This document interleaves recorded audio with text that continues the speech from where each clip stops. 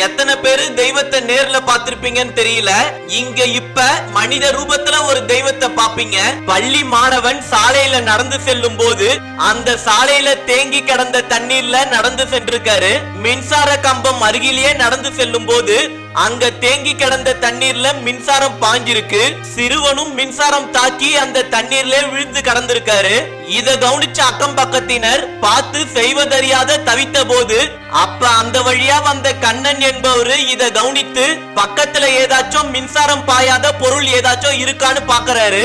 எதுவுமே கிடைக்காத சூழ்நிலையில உயிருக்காக போராடும் அந்த சிறுவனை காப்பாத்தியே ஆகணும்ட்டு தன் உயிரை கூட துச்சமா மதிச்சு அந்த சிறுவனை சாமர்த்தியமா காப்பாத்தி இருக்காரு இந்த நபர். அந்த சிறுவனும் உயிர் தப்பி இப்ப நலமுடன் இருக்காரு. இந்த நிகழ்வு சென்னை அரும்பாக்கத்துல தான் நடந்திருக்கு. இப்படி சுயநலமில்லாத பொது நலத்தோடு செயல்பட்ட இந்த நபரை எப்படிங்க பாராட்டாத இருக்க முடியும்?